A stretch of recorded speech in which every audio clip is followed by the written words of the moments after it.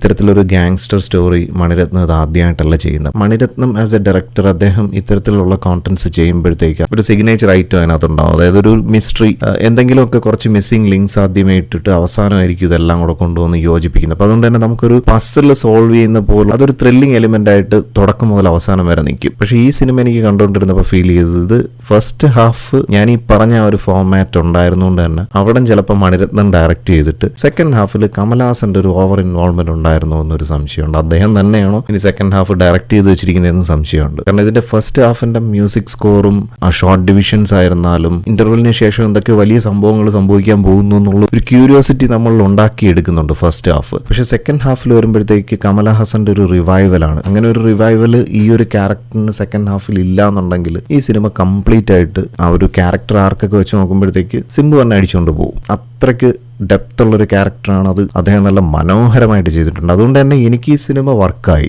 ഇതിന്റെ ഫസ്റ്റ് ഹാഫിൽ ഒരു flash back കാണിക്കുന്നുണ്ട്. അവിടെ കമലഹാസന്റെ ഏജ് ഒക്കെ കുറച്ച് നന്നായിട്ട് പ്രസന്റ് ചെയ്തിട്ടുണ്ട്. അതിന് എയുടെ സപ്പോർട്ടാണോ എന്താണെന്ന് അറിയത്തില്ല, നല്ല പെർഫെക്റ്റ് ആയിട്ട് അത് വിഷ്വലൈസ് ചെയ്തിട്ടുണ്ട്. എന്നാൽ പ്രായമായ കമലഹാസനെ കാണിക്കുമ്പോഴത്തേക്ക് ഒരു വിഗ് അങ്ങ് എടുത്ത് വെച്ചാൽ മതി. അത് നമ്മൾ ഇന്ത്യൻ ടൂലൊക്കെ കണ്ടതാണ്. അതാണ് ഈ സിനിമയുടെ, അതായത് സെക്കൻഡ് ഹാഫിൽ കമലഹാസന്റെ ഒരു ട്രാൻസ്ഫോർമേഷൻ ഉണ്ട്. അതാണ് ഈ സിനിമയ്ക്കകത്ത് എവിടെയൊക്കെയോ ഇതിന് ആ ഒരു പവറിനെ കുറച്ച് കളഞ്ഞത്. അതേസമയം ഫസ്റ്റ് ഹാഫ് കൊണ്ടുപോയ ആ ഒരു മൊമെന്റത്തിൽ നോക്കിക്കഴിഞ്ഞാൽ സിംബുവിന്റെ character rest of the cinema അദ്ദേഹം കൂളായിട്ട് കൊണ്ടുപോകായിരുന്നു. അപ്പൊ അങ്ങനെ ഒരു ഗാങ് വാർ രീതിയിൽ ഈ സിനിമയെ കൊണ്ടുപോയിരുന്നുവെങ്കിൽ ഇത് ഗംഭീരമായിരുന്നെ. എന്തോ ഇതിനകത്ത് വളരെ ഫിഷിയായിട്ട് സംഭവിച്ചു എന്നുള്ളതാണ് എനിക്ക് സിനിമ കണ്ടപ്പോഴത്തേക്ക് മനസ്സിലാക്കാൻ കഴിഞ്ഞത്. എങ്കിലും ഈ സിലംബരസന്റെ പെർഫോമൻസ് ആയിരുന്നാലും ആ ഒരു ഫസ്റ്റ് ഹാഫിൽ ഉണ്ടാക്കിയ ഒരു ത്രില്ലിംഗ് എക്സ്പീരിയൻസും എല്ലാം കൂടെ ഒക്കെ വെച്ച് നോക്കിയപ്പോഴത്തേക്ക് സിനിമ എനിക്ക് വർക്കായി. അത് എടുത്തു പറയേണ്ടത് ഈ മൂവി കമൽഹാസന്റെ സിനിമയായിട്ട് എനിക്ക് ഫീൽ ചെയ്തില്ല. ഇത് അൾട്ടിമേറ്റ്ലി സിലംബരസന്റെ, അതായത് സിംബുവിന്റെ ഒരു ഫ്ലാഷ് ബാക്കും അദ്ദേഹത്തിന്റെ ആ ഒരു ഗാങ് ലീഡറായിട്ടുള്ള ഒരു ട്രാൻസ്ഫോർമേഷൻ, അതായത് മറ്റൊരു എക്സിസ്റ്റിംഗ് ഗാങ് ലീഡറെക്കാളും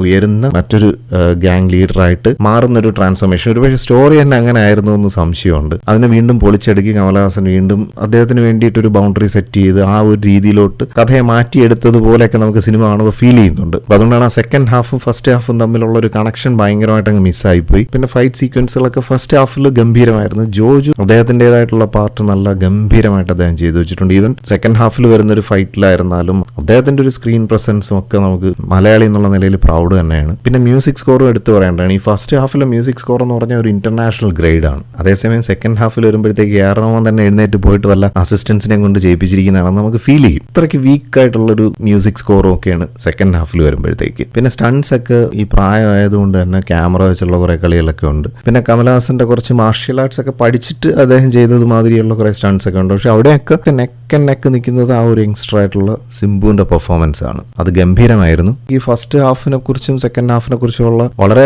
മോശമായിട്ടുള്ള ഫീഡ്ബാക്സ് ഞാൻ കണ്ടു. പക്ഷേ എൻ്റെ ഒരു അസസ്മെന്റ് ഇതാണ്. ഓവറോൾ ആ ഒരു മൂവിയുടെ ത്രെഡ് ആയിരുന്നാലും അതിന്റെ ഒരു എക്സിക്യൂഷൻ ആയിരുന്നാലും എനിക്ക് നന്നായിട്ട് വർക്കായി. പിന്നെ കുറേ കാർ ചേസ് അങ്ങനെയുള്ള സ്റ്റൺസ് ഒക്കെ ഗംഭീരമാണ്. ഈവൻ സിംബുവിന്റെ ഇൻട്രോ ഒക്കെ അടിപൊളിയാണ്. പിന്നെ എവിടേക്കോ റഹ്മാന്റെ ബാക്ക്ഗ്രൗണ്ട് സ്കോർ ആണെങ്കിൽ പോലും തിയേറ്ററിൽ ആ ഒരു അറ്റ്മോസ്ഫിയർ കിട്ടുന്ന ഒരു എക്സ്പീരിയൻസ് ഒന്നും അത്രത്തോളം എനിക്ക് ഭയങ്കര സംഭവമായിട്ടൊന്നും തോന്നിയില്ല. അത് മേ ബി ഇതിന്റെ ഒരു ഓഡിയോ ഹാൻഡിൽ ചെയ്തിരിക്കുന്നതിന്റെ ഒരു പ്രശ്നമായിരിക്കാം, അല്ലെങ്കിൽ അതിന്റെ ആ ഒരു എഡിറ്റിംഗ് സൈഡിലൊക്കെ ഉള്ള ഒരു കുറവുകളൊക്കെ ആയിരിക്കാം. കാരണം ഞാൻ അത് കണ്ടത് അത്യാവശ്യം നല്ല, ഇപ്പൊ വീണ്ടും അപ്ഗ്രേഡ് ചെയ്ത ഒരു തിയേറ്ററാണ്. ഓഡിയോ സിസ്റ്റം നന്നായിട്ട് അപ്ഗ്രേഡ് ചെയ്ത് വലിയൊരു ഹാളായിട്ടുള്ള ആറ്റിങ്ങലത്തെ തപസ്യ തിയേറ്റർ എന്നാണ് ഞാൻ ഈ സിനിമ കണ്ടത്. പക്ഷെ അത് കണ്ടോണ്ടിരിക്കുമ്പോഴേ ഒരു വലിയ നിരാശ തോന്നിയത് ആകെ 3 പേരാണ് ഫസ്റ്റ് ഡേ 6:30 ഷോയ്ക്ക് മൂവി കാണാനുണ്ടായിരുന്നത്. അതാണ് നമ്മുടെ സിനിമ മേഖലയുടെ ഒരു അവസ്ഥയാണ് ഞാൻ ഈ പറയുന്നത്. അപ്പോൾ ഓവറോൾ എനിക്ക് മൂവി ഭയങ്കര ഗംഭീരമാണെന്ന് ഞാൻ പറയുന്നില്ല, പക്ഷേ എങ്കിലും എനിക്ക് ഇഷ്ടപ്പെട്ടു. ഞാനത് തുടക്കം മുതൽ അവസാനം വരെ വളരെ കണക്റ്റഡ് ആയിട്ടിരുന്ന് കണ്ടു. എങ്കിലും സെക്കൻഡ് ഹാഫിന്റെ ഒരു നല്ല പോർഷൻ, അതായത് ആ ഒരു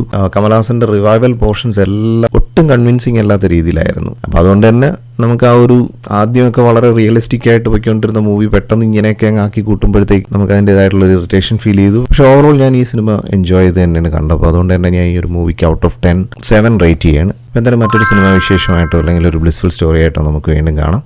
thank you for watching and thank you for supporting me.